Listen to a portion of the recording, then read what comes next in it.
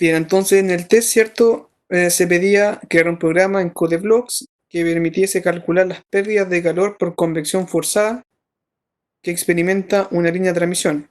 Y para ello, ¿cierto? Se daban algunas ecuaciones y parámetros respectivos. O sea, por ejemplo, el parámetro de O es un número decimal, por tanto, ustedes tenían que especificarlo como flotante. Ahora, ¿qué tipo de dato es T sub C?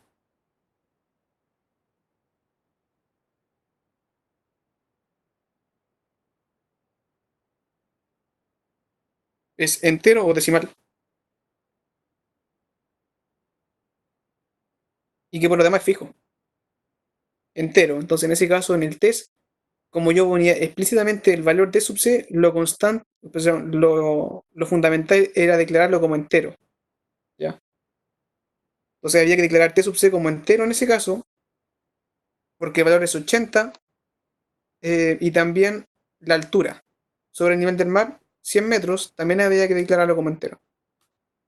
Y todas las otras variables podían ser flotantes o double, ya cualquiera de esos dos. Y aquí otro punto que varios tuvieron problemas en la evaluación. Por ejemplo, aquí tengo un número decimal, dice 1,293. Pero yo, ¿cómo escribo un número decimal en C? ¿Con punto o con coma?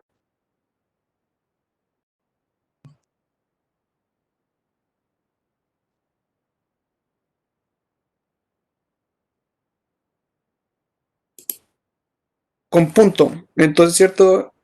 Varios tests que recibí, yo diría que un 40% de los tests tuvo el problema de que cuando codificaron, por ejemplo, el RAW sub phi o el RAW sub f, colocaron en el code blocks 1,293, ¿ya? Y en estricto rigor, los números decimales en code blocks se representan con un punto.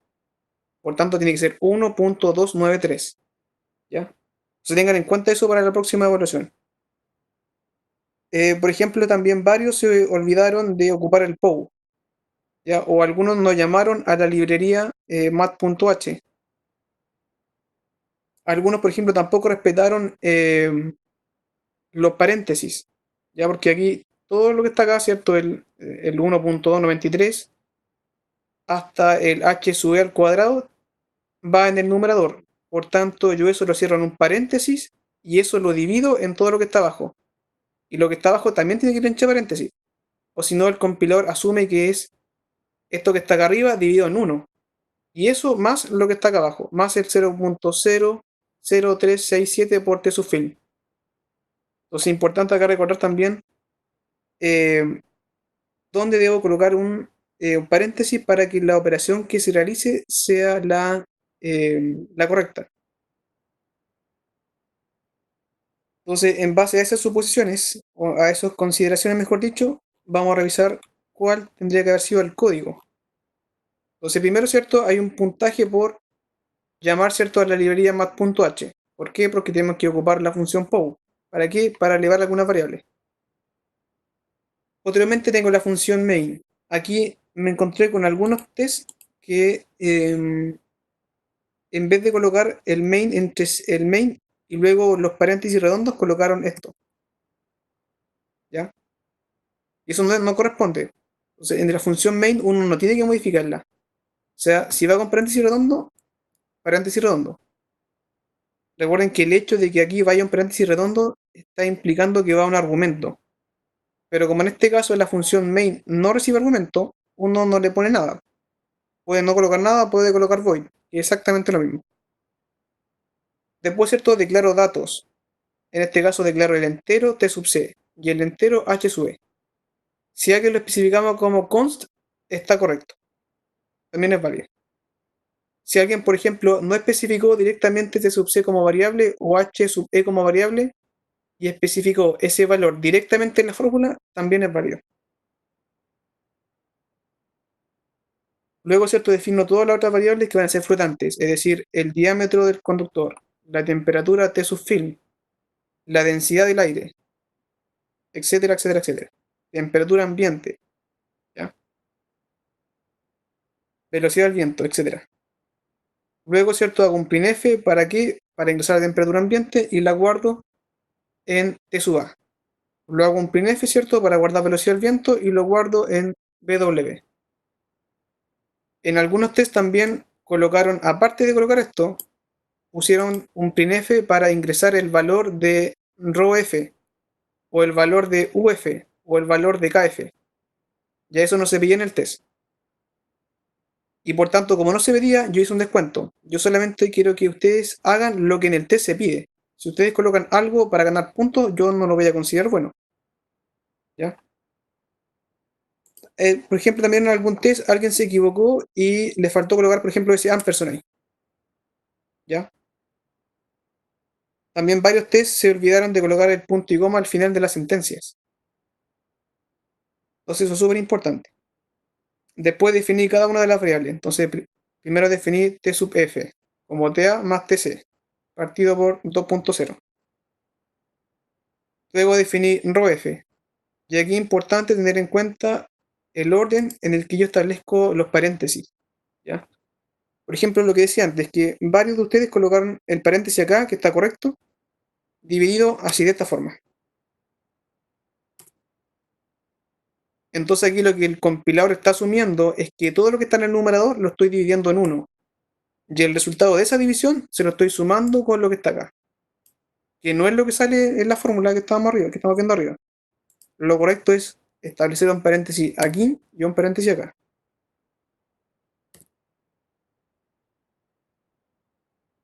Recuerden también que el POU, ¿cómo se ocupa? No es válido, por ejemplo, que especifique ese. Que especifique, por ejemplo, ese símbolo para elevar. Eso no se puede hacer en CodeBlocks. Recuerden que las únicas operaciones que son válidas son suma, resta, multiplicación, división y resto. Cualquier otra operación matemática tienen que llamarla desde la librería mat.c. Entonces aquí tengo un puntaje asignado por definir bien cuánto vale ROF, cuánto vale MUF, cuánto vale KF y también cuánto vale K sub C. Y finalmente, ¿cierto? El puntaje correcto asignado por imprimir en pantalla el valor de las pérdidas de calor por convección.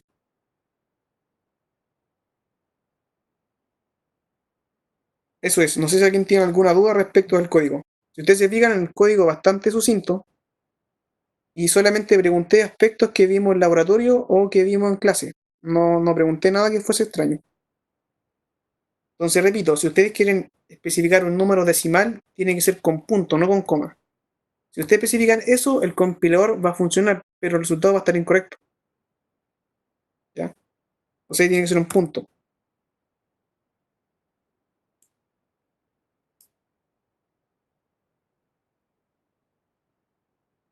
Duda respecto al test.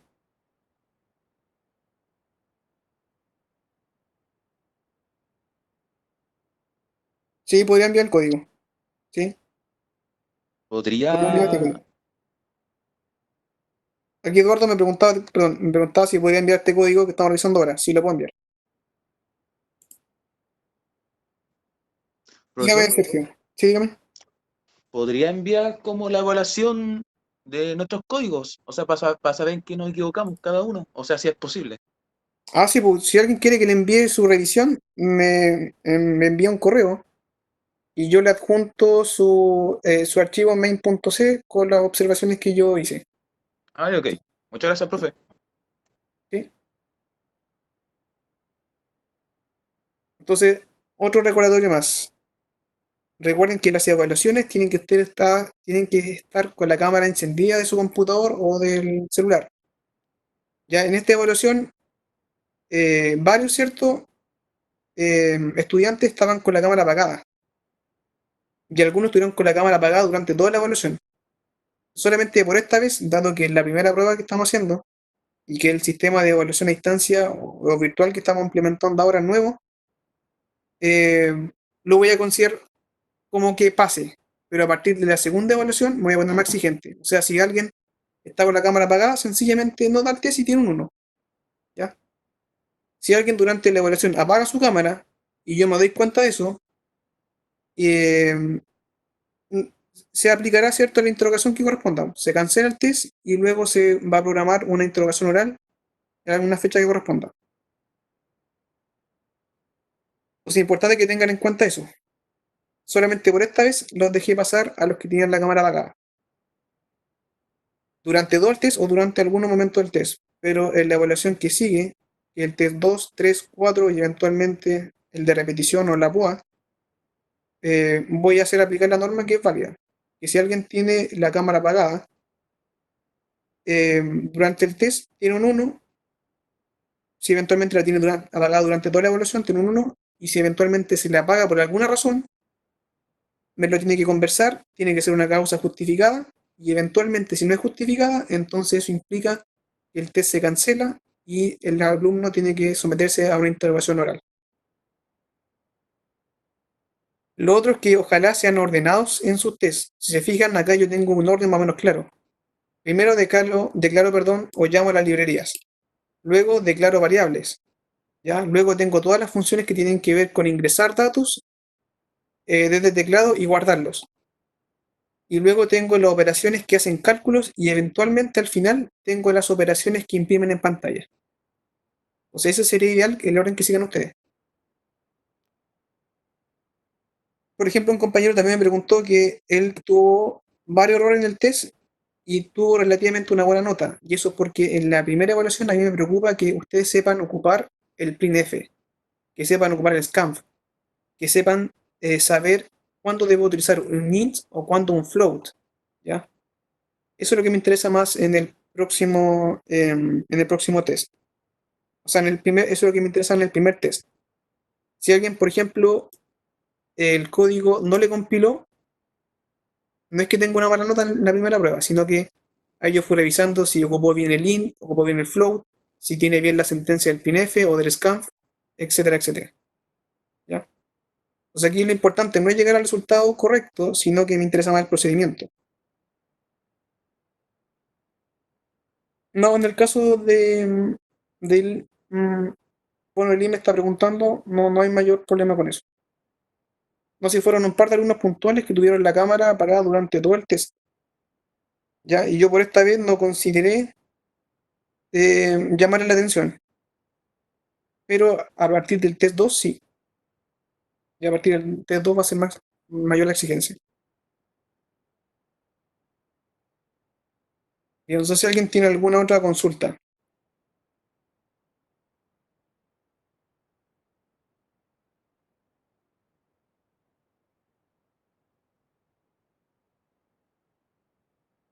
Bien, entonces recuerden que en el test 2 va a ser obligación tener la cámara encendida.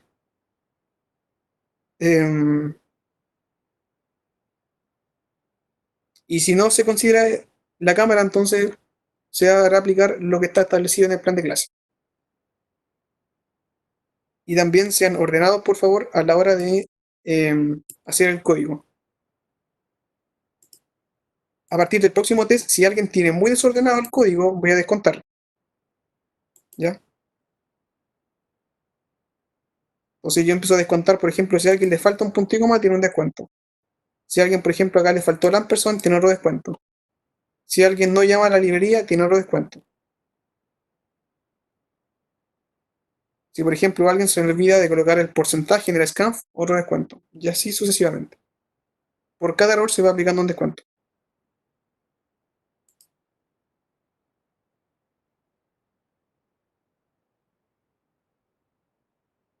Bien, eso, no sé si alguien tiene alguna duda del test.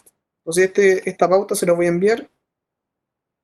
Probablemente la suba más tarde para que la revisen con mayor detalle.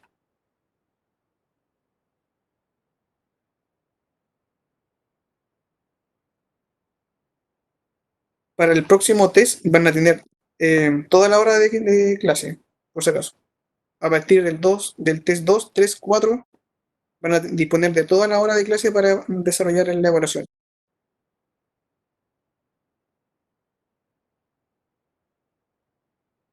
Y por tanto, el test que no llegue dentro de ese rango de clase no se va a considerar como que no llegó simplemente.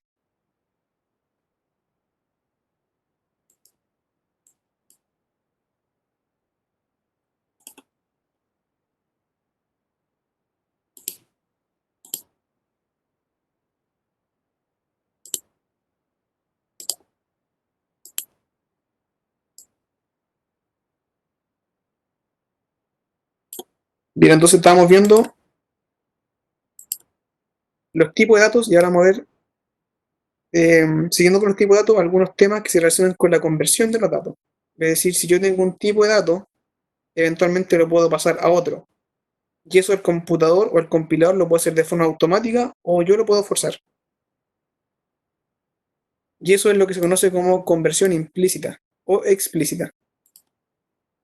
Dice, las conversiones tienen lugar cuando en una expresión se mezclan variables de distinto tipo, en el caso de implícita.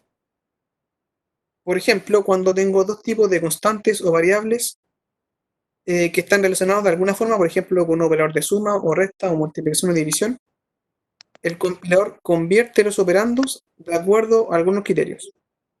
O sea, por ejemplo, el criterio dice que se establece un rango en el orden de mayor o menor relevancia del tipo de dato. Por ejemplo, el orden de relevancia dice, si tengo, el orden de relevancia, perdón, es el siguiente.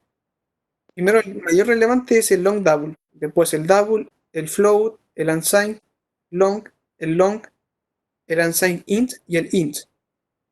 Eso quiere decir, por ejemplo, que si tengo la suma entre un float y un int, el int se convierte a float. ¿Ya? Esa es la conversión implícita. Y eso lo hace el compilador de forma automática. En ese caso, entonces, la variable de menor rango se convierte a la de mayor rango. Y la de mayor rango, ¿cierto? Es el long float. Perdón, el long double. Y la de menor rango es el int. ¿Se entiende eso, no? Entonces, si tengo una suma entre dos números distintos, dependiendo de cuál sea el de mayor relevancia, el otro operador también se va a convertir.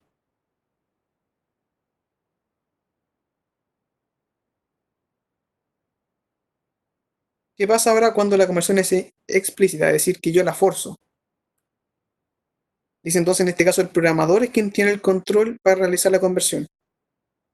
Se debe preceder la constante, la variable o la expresión que se desea convertir por el tipo de dato al que yo lo quiero convertir, encerrado entre paréntesis.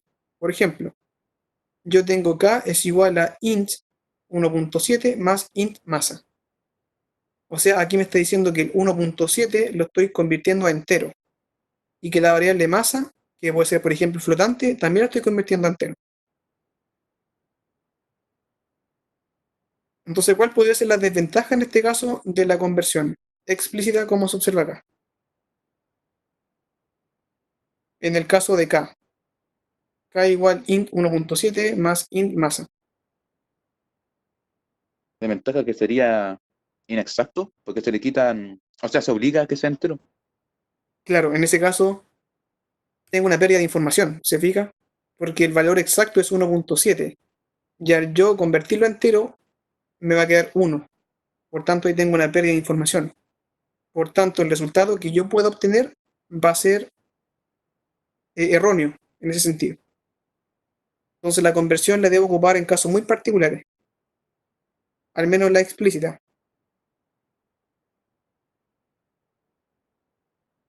¿Alguien tiene alguna duda con eso?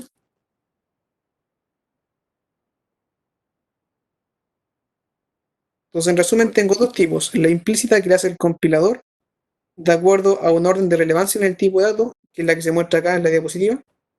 Y la otra, ¿cierto?, es la que yo puedo forzar, ¿ya? Y en ese caso tengo que especificar. Si yo quiero convertir un dato a otro, tengo que, entre paréntesis, especificar el tipo de dato al que yo quiero que se convierta. Entonces, el cuidado que hay que tener con eso es que yo eventualmente puedo perder información.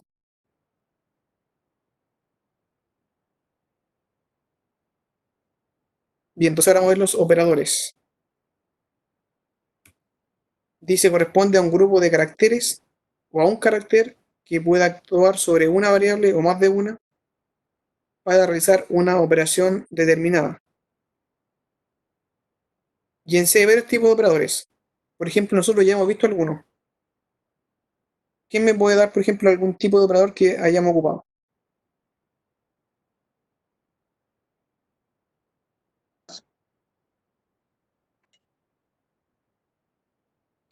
Sabiendo que el operador puede ejecutar alguna acción. Ya, el POW en este caso no es operador, es una función. Los multiplicadores, suma, división. Claro, entonces en ese caso tengo multiplicadores de tipo aritméticos. Se pueden aplicar a constantes, variables o expresiones. Y los más utilizados, ¿cierto? Son el operador resta, ¿cierto? O sea, si tengo 5 menos 2, el resultado es 3. Si tengo suma, 5 más 2, 7.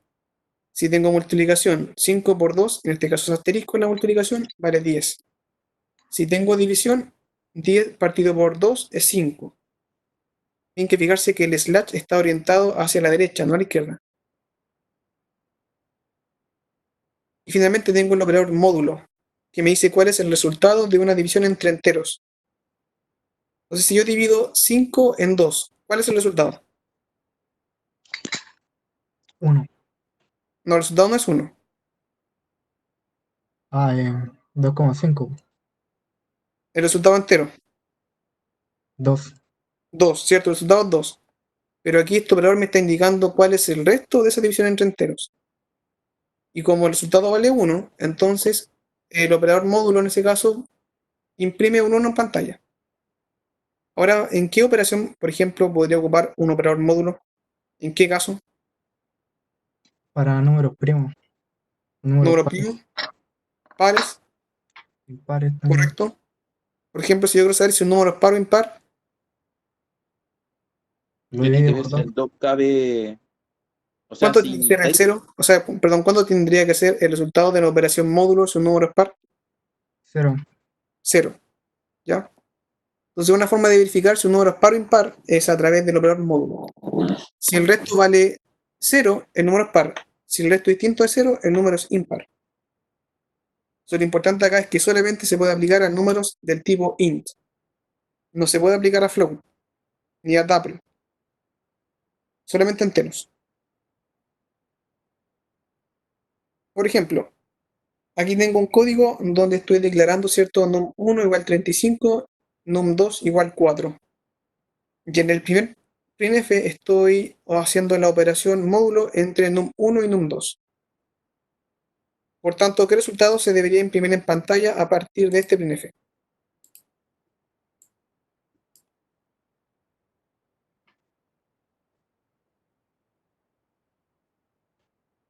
3.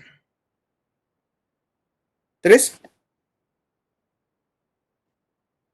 En el segundo printf donde tengo el num3 7 y el num4 12.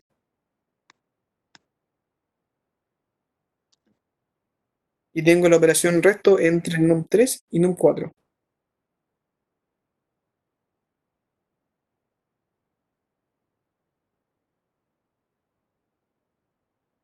Mm. 7 o no. ¿Qué dice lo demás? ¿Cuál fue la respuesta de mi compañero?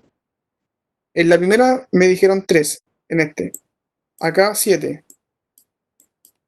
7. 5. ¿En cuál 5?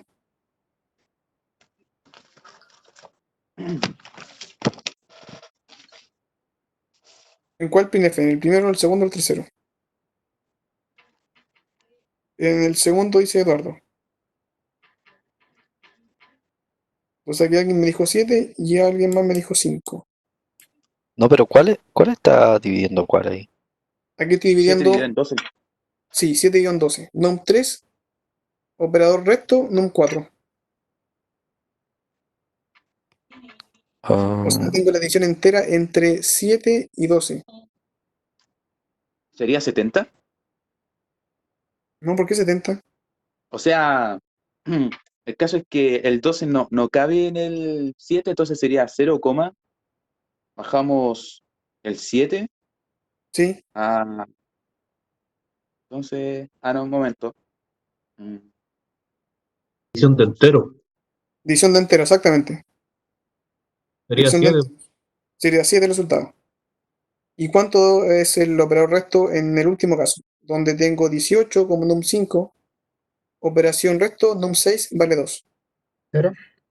0. Entonces, si ustedes ejecutan eso, eventualmente va a tener un operador resto igual a 3, primer caso, igual a 7 en el segundo caso, e igual a 0 en el último caso.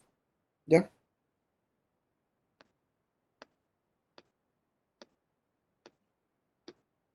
por ejemplo, otro tipo de operadores. Entonces, son los típicos, son los aritméticos, esos 5. O también puedo tener operadores que permiten incrementar o disminuir en una unidad alguna variable. Por ejemplo, el operador incremento más más. Y el más más depende si está a la derecha o a la izquierda de la variable, va a tener una interpretación distinta.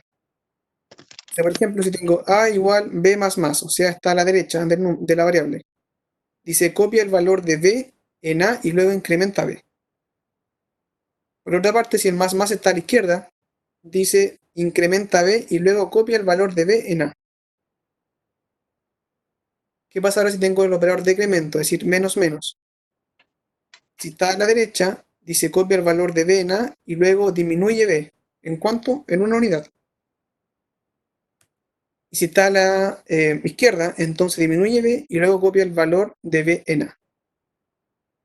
Profe, ¿Se entiende eso? consulta, ¿está grabando Sí. la clase? No sé, a ver. No, Parece que sí. gracias por acordarme. Yo creo que no. No. Qué bueno que me avisó.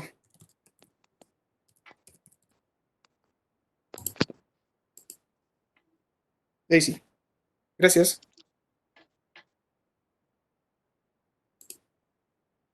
¿Se entiende eso del operador, no?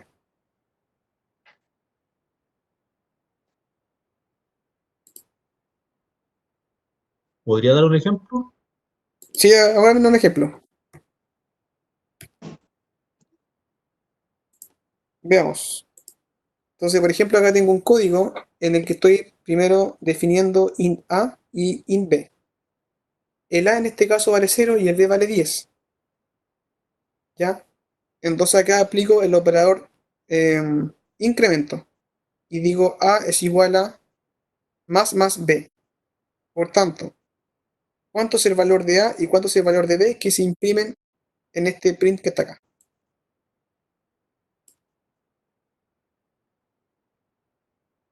Fíjense que el más está a la izquierda. Volvamos acá. Dice, cuando está a la izquierda, debo incrementar b y luego copio el valor de b en a. Por tanto, ¿qué números se debieran imprimir en pantalla? El 10. ¿El 10 para cuál?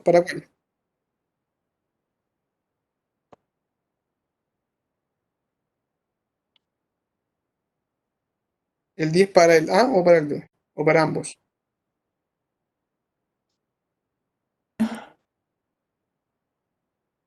Felipe dice el 10 en a y el 11 en b.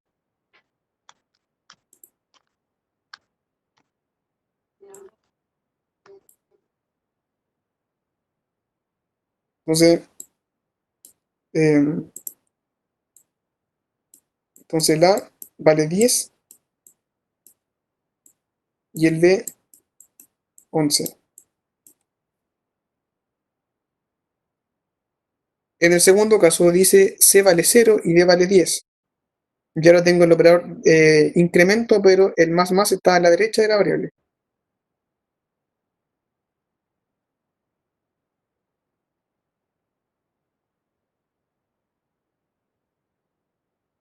Entonces, ¿qué valores se imprimen en pantalla en ese caso? Como A y como B. Si vuelvo un poco atrás, dice el operador incremento, cuando está el más a la derecha, copio el valor de B en A y luego incremento el valor de B.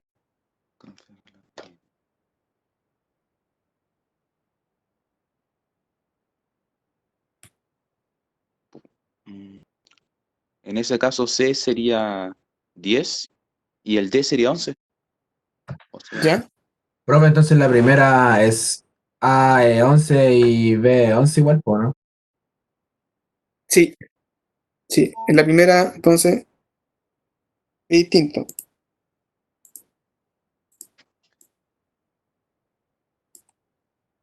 Porque dice más está a la izquierda. Entonces retrocedo, dice más a la izquierda. Incrementa B y luego copio el valor de B en A. Entonces el sería B 11, 11. vale 10. Lo aumento en 1, quedan 11 y el 11 lo copio en A. Por tanto, como dijo el compañero recién, A y B en este caso valen 11. En el caso que está abajo, el C vale 10 y el D vale 11. ¿Y qué pasa con con el decremento que tengo en el cuarto, en el tercer printf? Ah, supongo que sería 9 el F y el 9 también sería el valor D. Te dijo, entonces sería 9 y 9. Sí, 9, 9. Ya, y en el último caso, El último caso, donde tengo el operador a la derecha. El J valdría 10 y el K 9. Ricardo dice 19. Veamos, entonces dice, si tengo el operador incremento a la izquierda, entonces el resultado va a ser 11 y 11. Estamos bien en ese sentido. En el segundo caso, el operador está a la derecha, por tanto tengo que el valor de 10 es para el C y el valor de 11 para el D. Perfecto. En el tercer printf, entonces, tengo que ambas variables valen 9, porque el operador decremento está a la izquierda. Y finalmente, entonces, como mencionaba usted, en el último caso, el J vale 10 y el K vale 9. ¿Por qué? Porque copio el valor en J y luego incremento, perdón, copio el valor en J y luego disminuyo el K en 1. ¿Ya?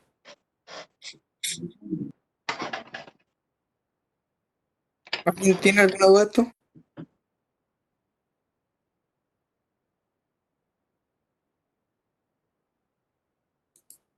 Ahora esta notación se ocupa bastante cuando, por ejemplo, vamos a trabajar con un for. Típicamente en un for uno especifica, por ejemplo, i más más. Significa entonces que estoy incrementando en una unidad. ¿Ya? Y luego la copio en otro dato.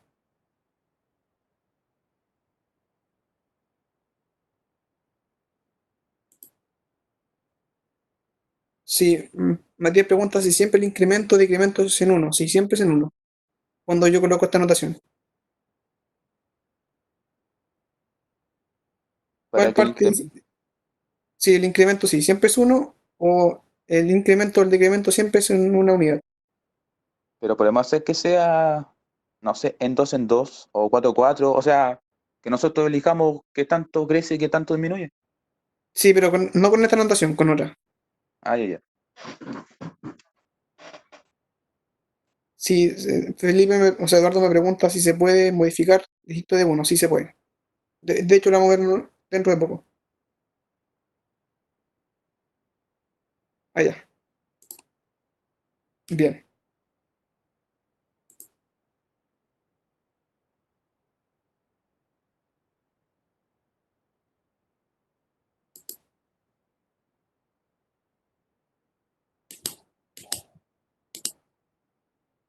Entonces son los operadores incrementales. Solamente pueden aumentar o disminuir en una unidad. Raro, tío, de verdad. Buenas tardes. ¿Dónde va? Un coche de verdad, tío. ¿Qué va? Breve camino por ahí, hombre. No te habrá Hay gente que cambiado. está leyendo todavía. Simón, Qué mierda. Ya sin su micrófono, por favor. ¡Rubén! ¡Aparta, Rubén! micrófono encendido. Justo, no te quiero. Hostia, chaval.